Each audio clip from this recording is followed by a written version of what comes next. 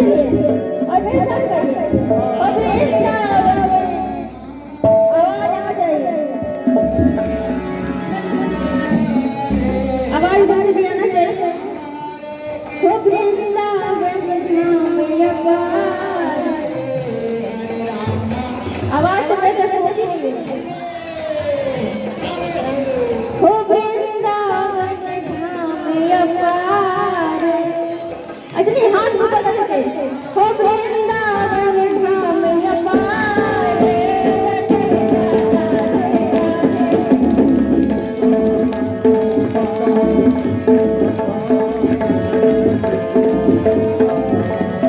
राधा ललबेली सरकार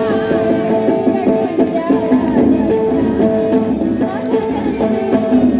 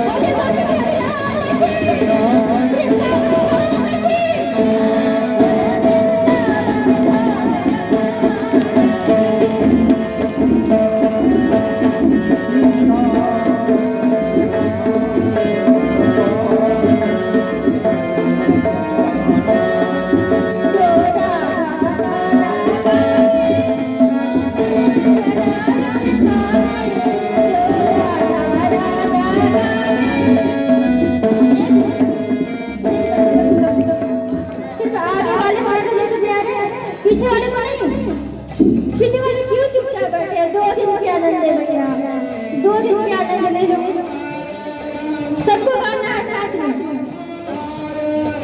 ठंडी लग रही है, अगर नहीं लग रही ठंडी तो हाथ को बाहर निकाल ले सोल से और साथ में गाना। हो वृंदावन धाम अपार,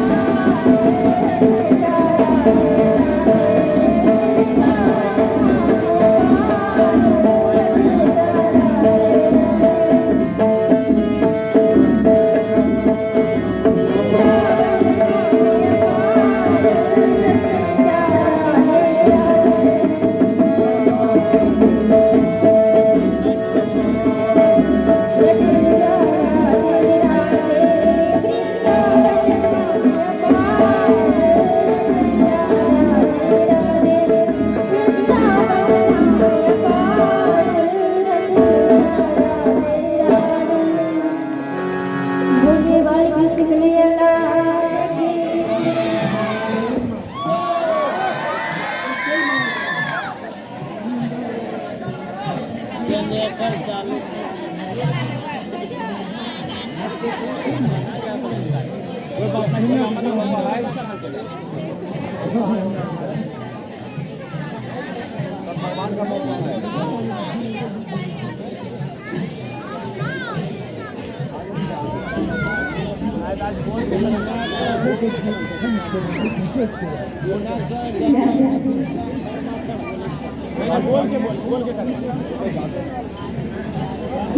राधे श्री राधे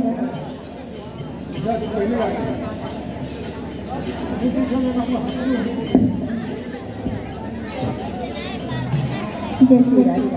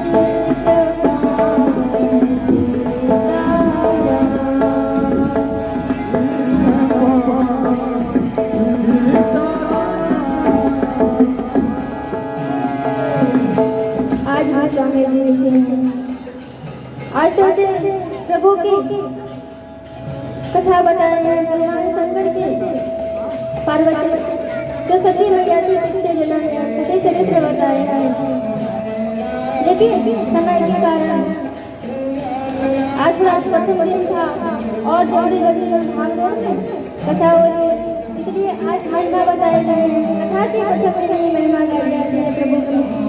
तो गोस्वामी जी के यहाँ पे प्रभु की महिमा किस कथा रामचरितमानस की महिमा क्या है।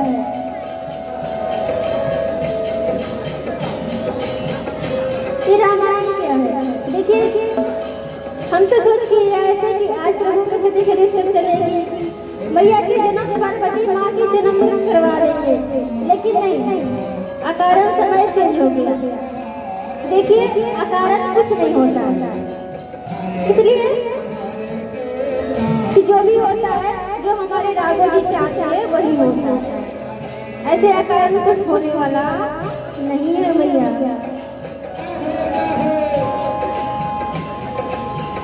हमारे राघव जी का जो कृपा होता है वही अकारण होता है, जो भक्त के ऊपर कृपा करते हमारे ठाकुर जी, वही सबसे बड़ा कृपा है। रामायण सत्यकोटि अपारा, रामायण के सत्यकोटि अपारा।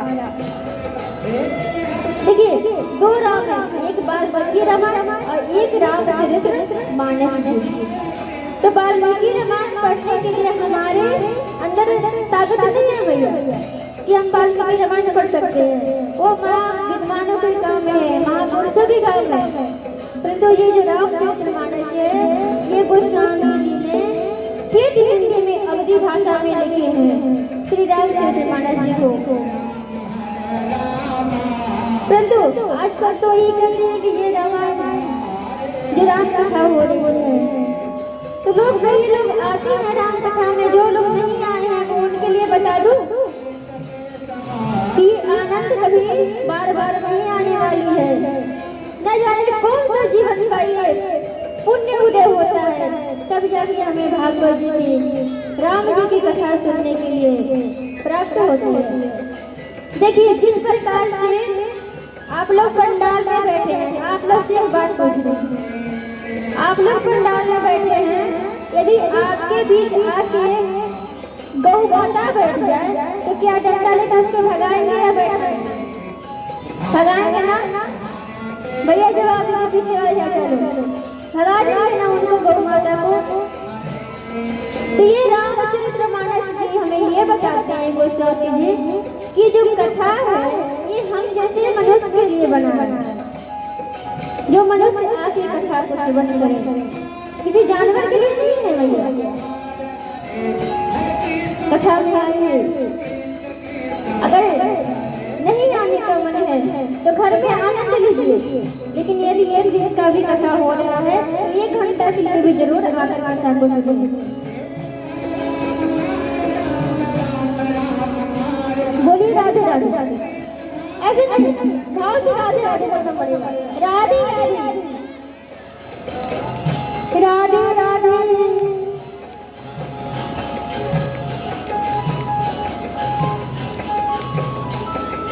देखिए किसी को कुछ पता ना हो, यदि आपसे पूछा जाए कि वाल्मीकि रामायण का श्लोक बताइए भैया, शायद आप लोग नहीं जानते होंगे, महापुरुषों जानते होंगे, विद्वान लोग जानते होंगे।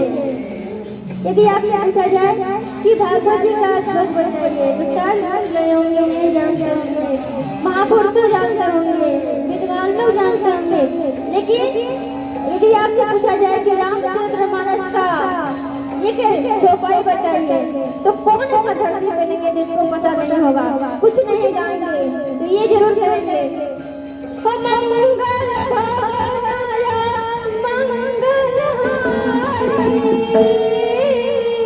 प्रभु सुदशरथ अजर बिहारी सिया राम सिया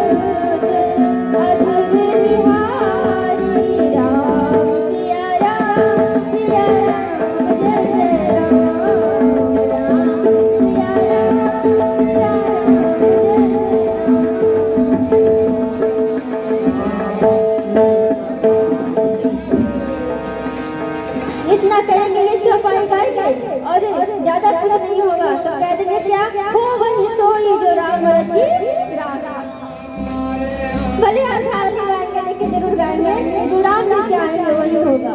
तो भैया जब राम जी चाहेंगे वही होगा, तो राम जी तो ये भी तो चाहते हैं कि मेरा भक्त हमारा गुणगान करे,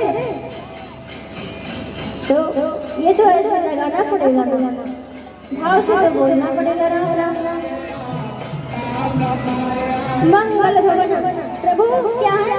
मंगल, मंगल भवन, भवन माने घर, जो घर ये मंगल है वही प्रभु मंगल भवन है।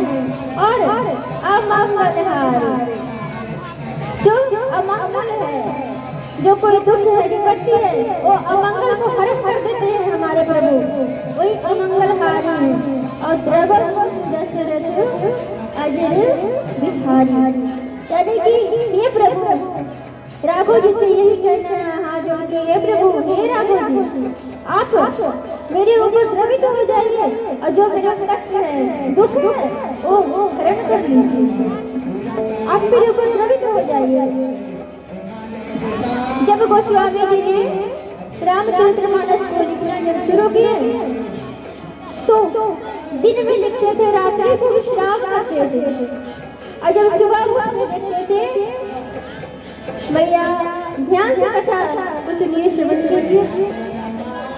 दिन में जब कथा लिखते थे और रात्रि को जब सोते थे तो सारा कथा लिखा हुआ पढ़ना सफेद हो जाता था। इस तरह से 7 दिन तक की कथा ऐसे ही होती रहा, संस्कृत भाषा में लिखते गए और सब पन्ना सफेद होते गया, सफेद होते गया। तब एक दिन भगवान शंकर और माँ पार्वती के साथ आकर बोले, गोस्वामी जी बाबा जी आप जो ये कथा लिख रहे हैं ना ये अवधी भाषा में लिखिए, क्योंकि ये जो संस्कृत की भाषा जो है वो आने वाले समय में सबके समझ में आने वाली नहीं हो सकती है, इसलिए अवधी भाषा में लिखना प्रारंभ कीजिए। और भैया एक बात और बता दें कि यदि कथा के समझ के पढ़ा जाए, सुना जाए तो आपको जो धन नहीं है वो धन की बराबर होगी। जीवन में इंसान मनुष्य के पास सब कुछ है लेकिन सारा धन है, लेकिन एक धन के बराबर होना सबके बस की बात नहीं है। वो कौन सी धन है भैया? दीदी लोग बताइए कौन सी धन है? हमारो धन राधा श्री राधा श्री राधा, हमारो धन राधा श्री राधा श्री राधा, हमारो धन राधा। कृष्ण रूपी धन ये सबको मिलने वाला नहीं है, उसी को मिल सकता है जो ये हमारे प्रभु को गुणगान करेंगे। एक इंसान ने पूछा किसी ने कि भैया आप इतना कमा रहे हो रुपया पैसा, ये सारे पैसा लेकर कहाँ जाओगे? अंत में तो यही पड़ा रह जाएगा। बोले नहीं हम इस पैसा को ले जाएंगे। अब कहे अरे भैया ये पैसा को कहाँ लेकर के जाएंगे?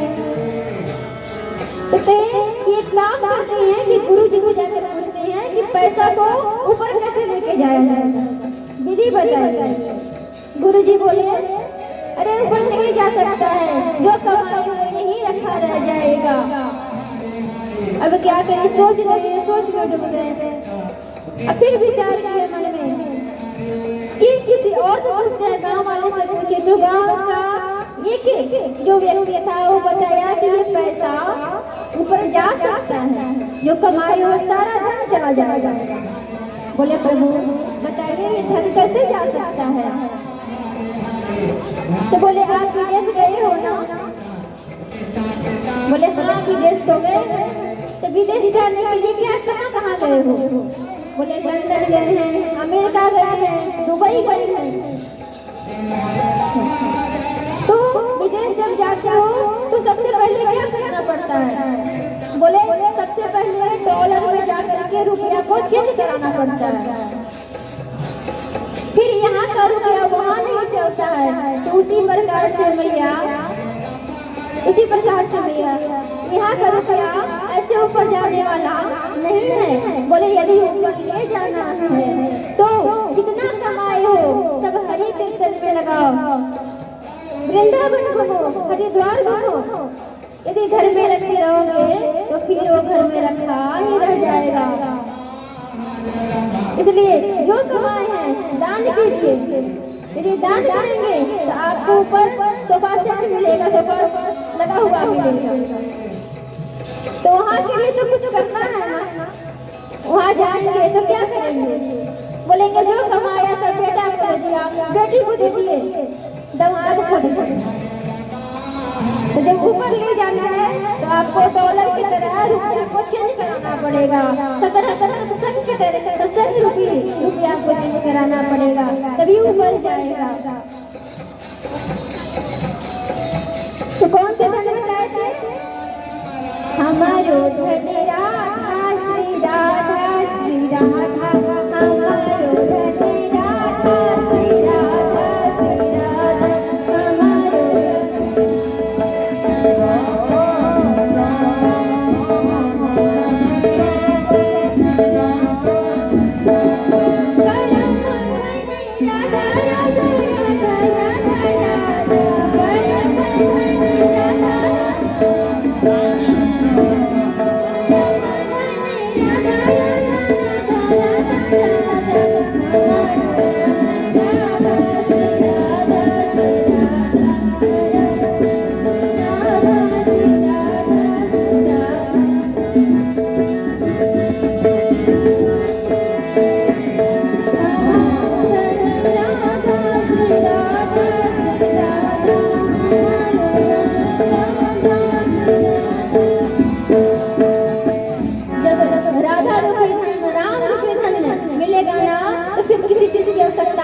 नहीं पड़ेगी मैया, बोलना पड़ेगा, बोलो राधे राधे।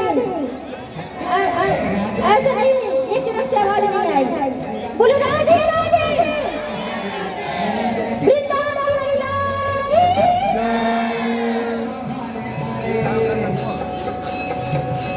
जब शंकर भगवान आकर के बताए कि प्रभु ये जो लिख रहे हैं ना ये अवधी भाषा में लिखिए, क्योंकि आने वाले समय में ये सबके समझ में नहीं आ सकती है, संस्कृत सब लोग नहीं पढ़ सकते हैं। ये तो महापुरुषों का काम है भैया, मेरे बस में भी नहीं है, मेरे अंदर भी नहीं है संस्कृत बोलना, ये तो विद्वानों का काम है। तो बाबा ने क्या किया, गोस्वामी जी ने कि रामचरितमानस को अवधी भाषा में लिखना शुरू कर दिया। जब पूरी भई तो काशी में विद्वान लोग विद्रोह करते हैं, बोले कि गोस्वामी जी जो ये रामचरितमानस को आपने लिखा है ये रामचरितमानस नहीं हो सकता है, क्योंकि ये संस्कृत भाषा में नहीं है, ये तो गाँव की भाषा में है, फिर ये कोई ग्रंथ कैसे हो सकता है। बोले महाराज कि यदि मैं खुद से नहीं लिखा, ये तो भोलेनाथ जी ने लिखवाया। रचनी जे मानस राखा पाई सुवासन दुलसी माखा, रचे मनीष जे मानस राखा पाई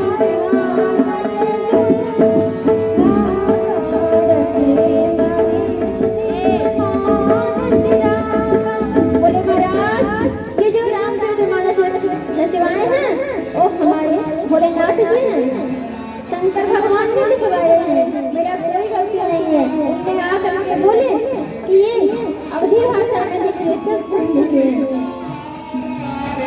तो बोले अच्छा इसके फैसला बाबा ही आकर के करेंगे। तो शंकर भगवान ने से बोले प्रभु ये आपने कैसे लिख दिए रामचरितमानस को, क्या लिखवा रहे हैं, कोई गाँव की भाषा है और गाँव की भाषा में क्या संस्कृत थोड़ी ना हो सकता, और संस्कृत में जब लिखा नहीं है तो ये कोई ग्रंथ भी नहीं हो सकता है।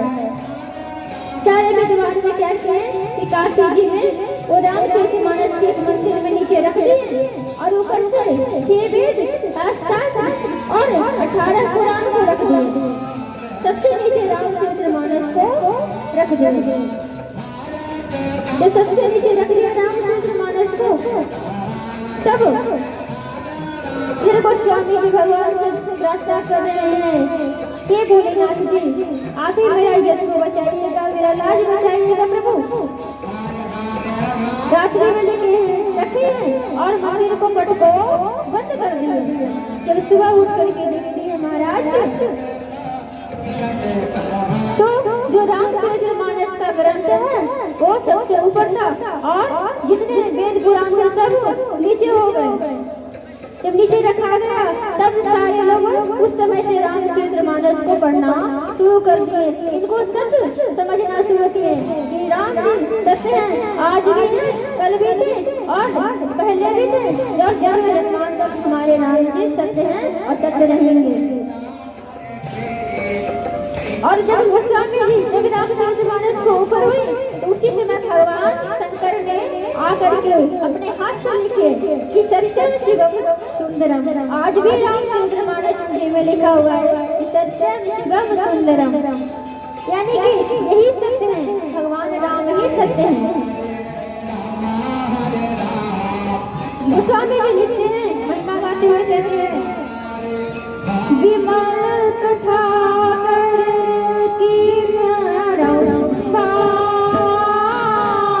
सोनत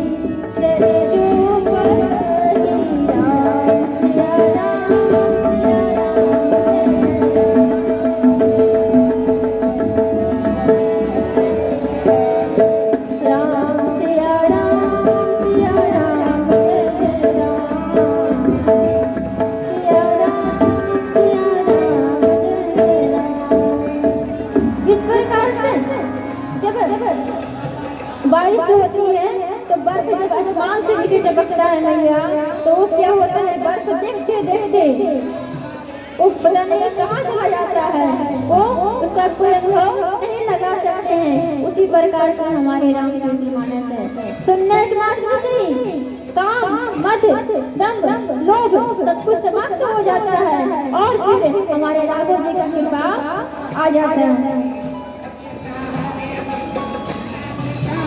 प्रभु ने गोस्वामी जी ने यही महिमा के माध्यम से बताया है। एक महात्मा जी थे जो 11 साल से कथा सुनते हुए आ रहे थे। जब 12वें साल कथा के दिन आई, उनकी तिथि थी, आगम तिथि को कथा को श्रवण करते थे और आगम तिथि को कथा को विराम करते थे। जब कथा विराम हुई तो जब 12वीं बार कथा सुनने का अवसर प्राप्त हुआ तब बोले उनको कुछ जरूरी काम आ गया, बाहर जाना पड़ गया। तो महाराज जी सोचने की क्या करें, कहते हैं ना जो 12 वर्ष तक कथा सुन ले वो एक युग हो जाता है। बोले 12 वर्ष तक तो जैसे ही समाप्त हो जाएगा, अब क्या करें महाराज जी। महाराज जी से किसी ने कहा कि महाराज यदि आप बाहर जा रहे हैं तो जाइए, आपके जो पुत्र है, आपका जो बेटा है, उसको इस बार परीक्षित बना दिया जाए। तो महाराज जी क्रोध में आ गए, बोले कि 12 वर्ष से मैं कथा करते आ रहा हूँ, अब तुम कह रहे हो कि मेरे बेटा को परीक्षित बना देने के लिए कथा की यजमान बना दूं, ये कदापि नहीं हो सकता महाराज। यदि हमारा बेटा कथा सुन रहा है और सुनते सुनते उसके अंदर वैराग्य जागृत हो जाए तो मेरा बेटा घर छोड़ कर करके बाहर भाग जाएगा, संत के पास चला जाएगा। महाराज जी बोले महाराज हंसने लगे कि जब आप 11 साल से कथा को सुन रहे हैं, श्रवण कर रहे हैं, जब आपको अभी तक वैराग नहीं आई तो आप कह रहे हैं कि तुम्हारा बेटा एक बार कथा को सुन ले तो क्या वैराग हो जाएगा? कदापि नहीं हो सकता महाराज। कि जो कथा को भाव से सुने, श्रवण करता है, उसे वैराग आप आ जाती है। कहीं जानने की आवश्यकता नहीं है। जहाँ प्रभु की कथा होती है वहाँ अपने आप भगवान आ जाते हैं। वैसे भगवान कहते हैं कि मेरा भक्त एक बार मुझे बुलाए तो सही, एक बार मुझे आवाज तो दे तो सही। जिस प्रकार से द्रौपदी को रक्षा करने के लिए भगवान श्री कृष्ण साड़ी के रूप में धारण कर करके आ गए, उसी प्रकार से मैया यदि आप भक्त भगवान को बुलाएंगे तो भगवान चाहे जहाँ भी रहें दौड़ कर जरूर आएंगे। लोग कहते हैं भगवान है कहाँ महाराज? भगवान दिखाई नहीं देते, लेकिन भगवान आपके आसपास ही बैठे हैं। और कोई बैठे चाहे ना बैठे, लेकिन जब कथा होती है तो सबसे पहले कौन आते हैं मैया? हमारे हनुमान जी महाराज आते हैं। वो आते हैं कथा के पहले और कथा के बाद उठ कर जाते हैं। तो हनुमान जी आते हैं सबसे पहले कथा के, तो इसलिए हम लोग हनुमान जी को पहले आवाहन करेंगे, उसके बाद आगे कथा में आप लोग श्रवण करेंगे। भाव से तालियों की सेवा देते हुए हो गए लंका एक झड़ी में, हो गए लंका एक झड़ी में, रावण से लड़ा लड़ने तो पछाड़ आया,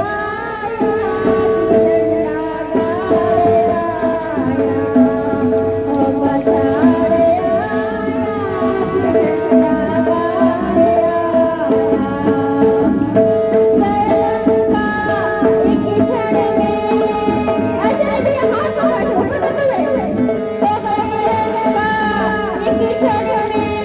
दुश्मन से लड़ा लड़ने पछाड़ आया, हो जमना आया, पछाड़ आया, झगड़ा आया।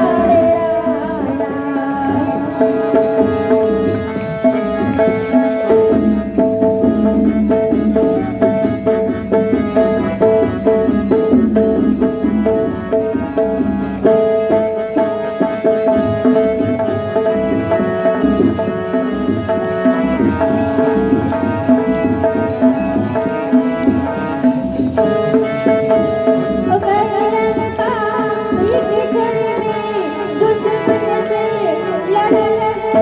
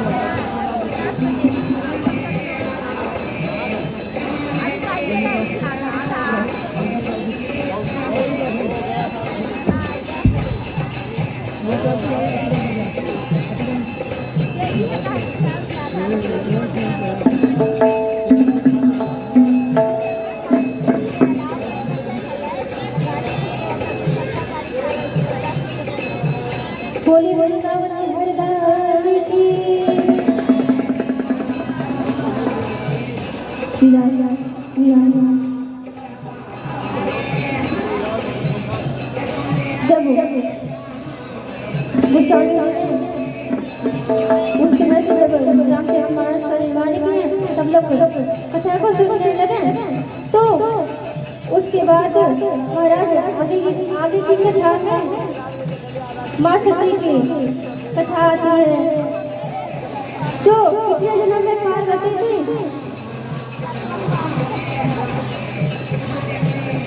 जो पिछले जन्म में पार्वती थी और मैया सती ने अपने शरीर को त्याग किया है, उनकी कथा आती है रामचरितमानस महिमा की बात। भरत गाजे मुनि बसन प्रयागा, भरत गाजे मुनि बसन प्रयागा।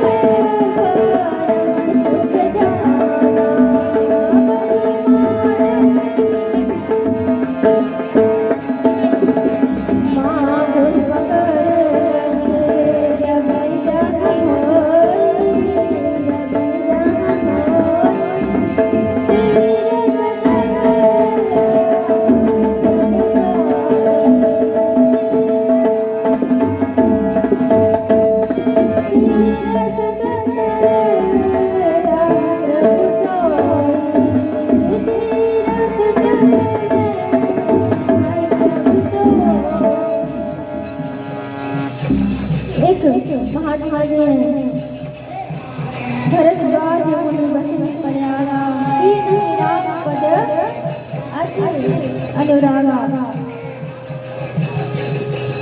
एक महात्मा जी हैं जिनका नाम है याज्ञवल्क्य जी। वो कहाँ रहते हैं? तीर्थ के राज प्रयाग में, प्रयाग में रहते हैं।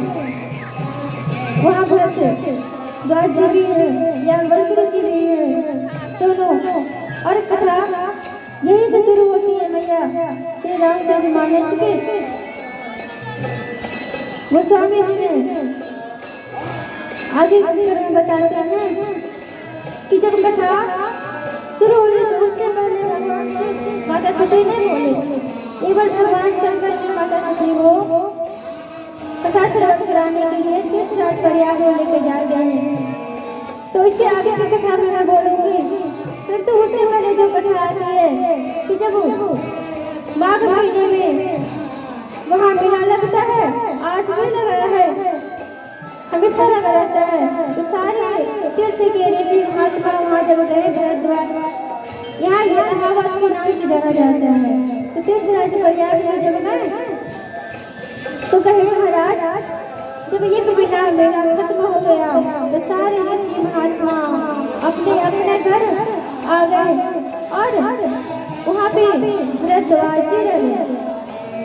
बोले महाराज, याज्ञवल्क्य जी से बोलते हैं महाराज सब लोग तो जा रहे हैं, परंतु आप मत जाइए प्रभु, आप यहीं रुक जाइए। बोले महाराज आप क्यों यहाँ रोक रहे हैं, क्या कारण है? बोले प्रभु क्या मैं पूछूं आपसे, पूछने में तो लज्जा आ रही है। प्रभु जब आप कहते हैं तो मैं आपको बता देता हूँ। बोले याज्ञवल्क्य जी प्रभु कोई लगाने की बात नहीं है, कहिए मुझे क्या बात है? बोले महाराज कि प्रभु ये जो राम जी हैं वो कौन है? मैं सारे राम जी को तो जानता हूँ, एक राम तो वो है कि एक राम देश कुमारा, एक राम देश कुमारा।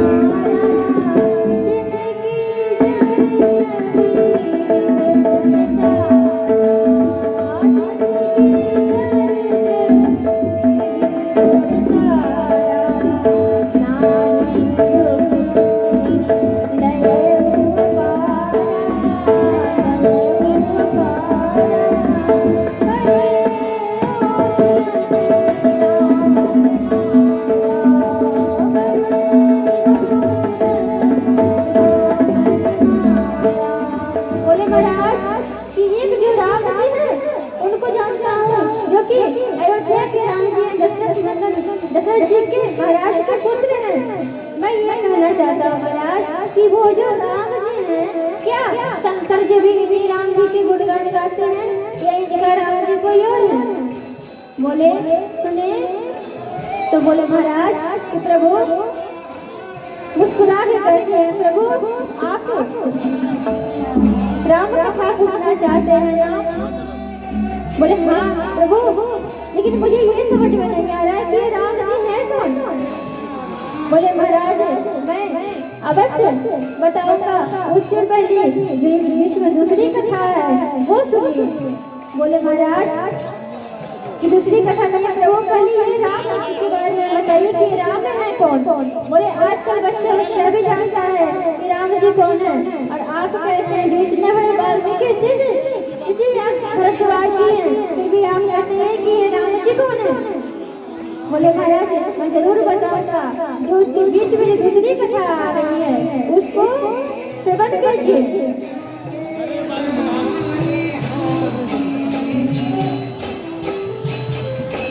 उसको श्रवण कीजिए। बोले महाराज अवश्य सुनाइए। बोले एक बार त्रेता युग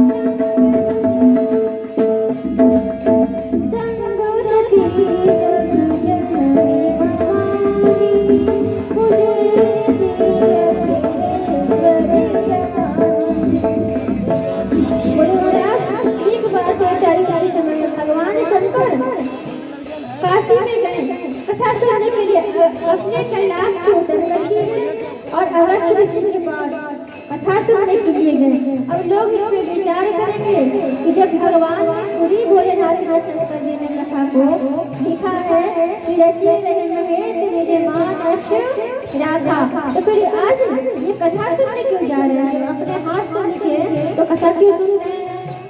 तो कथा सुनने का एक कारण था कि एक बार की बात है कि विंध्याचल के नाम सुने होंगे शायद आप लोग। जो विंध्य पर्वत था वो इतना ज्यादा बढ़ने लगा महाराज कि पूरे देवता ऐसा लगा कि दो भाग में विंध्य पर्वत को बांट दिया जाए। तो सोचिए कि दो भाग में बांट दिया जाएगा विंध्य पर्वत को, तो सारे देवता मिलकर करके गए अगस्त ऋषि के पास। बोले महाराज आप अपने गुरु को आप अपने शिष्य को क्यों नहीं समझाते हैं, इतना क्यों पढ़ रहे हैं? अगस्त ऋषि ने मना कर दिया, प्रभु ये हमसे नहीं होगा। तो सारे देवता मिलकर करके गए कहा भगवान शंकर के पास। शंकर से बोले प्रभु आप जाके अगस्त जी को बोलिए कि अपने शिष्य को समझा ले। विंध्य पर्वत बढ़ा जा रहा है, इसे लग रहा है कि दो भाग में बटेगा। तब भगवान शंकर ने गए विंध्याचल और विंध्य पर्वत से बोले प्रभु आप इतना क्यों बढ़ रहे हैं, मत बढ़िए। बोले महाराज सब लोग तो कह रहे हैं काशी को छोड़ के जाने के लिए, अब आप भी कह रहे हैं काशी को छोड़ के चला जाऊं।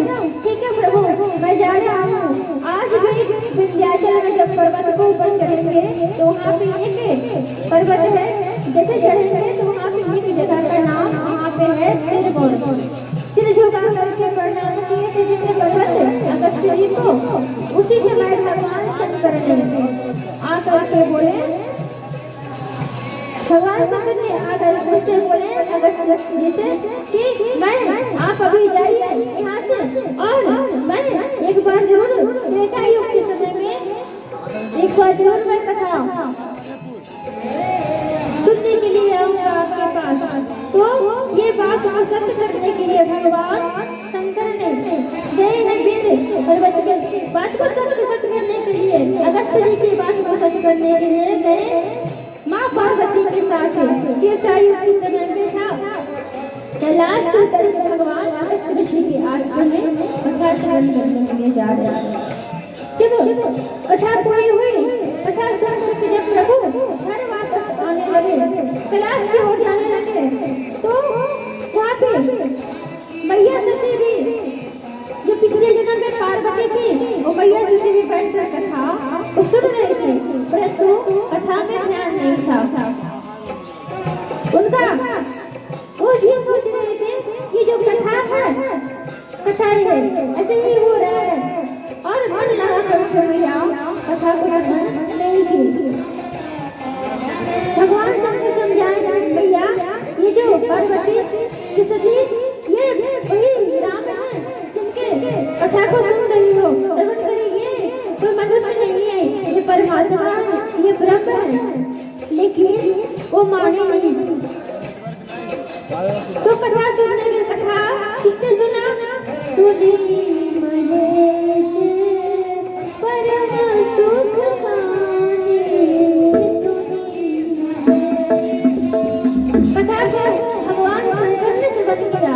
जब कथा पूरी हुई, दक्षिणा दे करके अब वहां से जब चले आए, शंकर भगवान कैलाश की ओर जा रहे थे। पीछे उसी समय नासिक में पंचवटी में रावण आया और सीता मैया को हरण करके ले गया। अब जब सीता मैया को हरण करके ले गया रावण, तो दोनों भाई लक्ष्मण और राम रो रहे थे। भगवान शंकर कह रहे हैं कि यदि उनको कथा सुन करके आए हैं तो मेरा कान हट हो गया है, और यदि उनको दर्शन हो जाए तो कान के साथ साथ मेरा नेत्र भी धन्य हो जाएगा, नेत्र भी धन्य हो जाएगा। इसलिए भगवान मन में विचार रहे थे भोलेनाथ जी। तब तक भगवान राम ने नीचे वन में रो रहे थे और ऊपर कैलाश के ऊपर जा रहे थे। अब आप विचार करें, मैया इस तरफ मुख कर करके भगवान शंकर जा रहे हैं और दक्षिण की तरफ लंका है, उधर मुख कर करके, और भगवान राम सीता मैया को खोजने के लिए जा रहे हैं, और खोजने के लिए जा रहे हैं। अब दोनों को भेंट कैसे हुआ? तो चलते चलते भगवान देखिए कहते हैं ना कि भक्त के कारण भगवान को एक दिन भक्त के पास, भक्त की करुणा देख करके भगवान को एक दिन भक्त के पास जरूरी आना पड़ जाता है।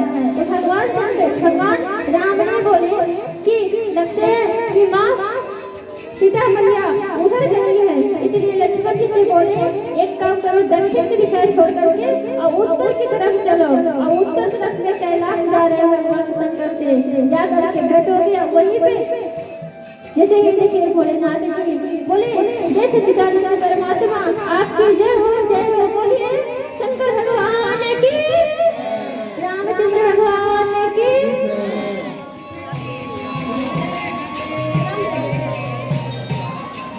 अब आएंगे राम प्रवेश बाबा आएंगे, राम प्रवेश बाबा। हाँ मैया आप लोग हमारे महाराज के मुखारबिंद से प्रवचन को आनंद लीजिए। आगे की कथा में, कल की कथा में भैया समय बता देंगे, उसके समय के अनुसार कथा को श्रवण कीजिएगा। और भैया कल माँ पार्वती भगवान शंकर के विवाह है, तो जिसके घर से जो बने प्रसाद वो लेकर के आइएगा। बाकी हमारे भैया जी आप लोग को जाके किसी में बता देंगे, और अगर किसी के घर नहीं है तो कोई नहीं, खुद आ जाइएगा। भगवान तो भाव के भूखे हैं, बस भाव से भगवान को सामने बैठ जाइएगा, और एक बार भाव से आनंद आनंद ही बरसे रहा श्री राम आपके चरणों में। आनंद